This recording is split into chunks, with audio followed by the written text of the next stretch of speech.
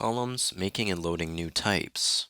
So when we talk about making and loading new types of columns in Revit, what do we mean? Well, I'll tell you what we don't mean. When you talk about loading of columns, that's an engineering term, and I'm not really talking about that. What we're talking about more is bringing in the family types or the files that contain all of the columns and bringing that into Revit so you have access to it. That's what we mean, and I'll show you how that's done. We've talked a little bit so far about always using the structural column type of column. The first column that you have at your disposal is a W wide flange column, W10 by 49. And that's not the one that we're going to be using for this particular project. So how do you load in more? And that's where we're going to look at that. So if you want to load in more columns, you can do it in a couple places. First of all, in the ribbon, while we're in the column command, we can click on Load Family. I'm going to hit Escape twice, though, and take us out of the column command. If you're not in the column command, go to Insert, Load Family. That is sort of a catch-all for every family you ever want to load in. You just click on that, and you can load in the family. But in this case, it's quite convenient for us just to go to Home, Column, and then Structural Column, and then we'll just say Load Family.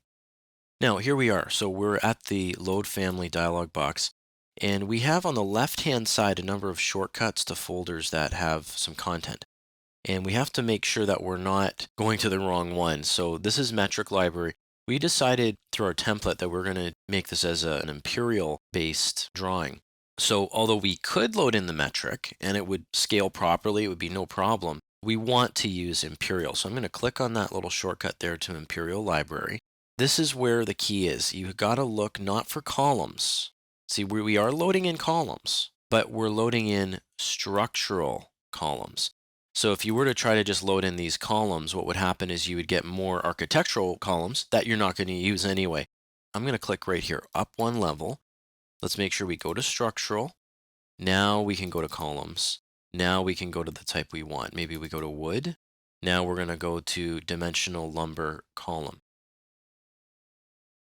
And you get this type selector here, and this is called a catalog.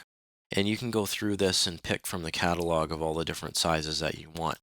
And maybe we assume this is a 4x4 column, or we can load in other sizes as well, just in case we want to. But I think it is a 4x4. We're going to say OK to that, and we're going to load them in. So we have a number of different sizes. And as we're loading it in, we can choose a 4x4 dimensional lumber column, and then we can place it in here. Now we need to talk a little bit about its height, its placement, and how it looks based upon the detail level. So that's something that we're going to look at in later videos. For now, we're just looking at how do you load it in. So make sure you load the family through structural columns, and of course pick the right unit of measurement, whether it's metric or imperial.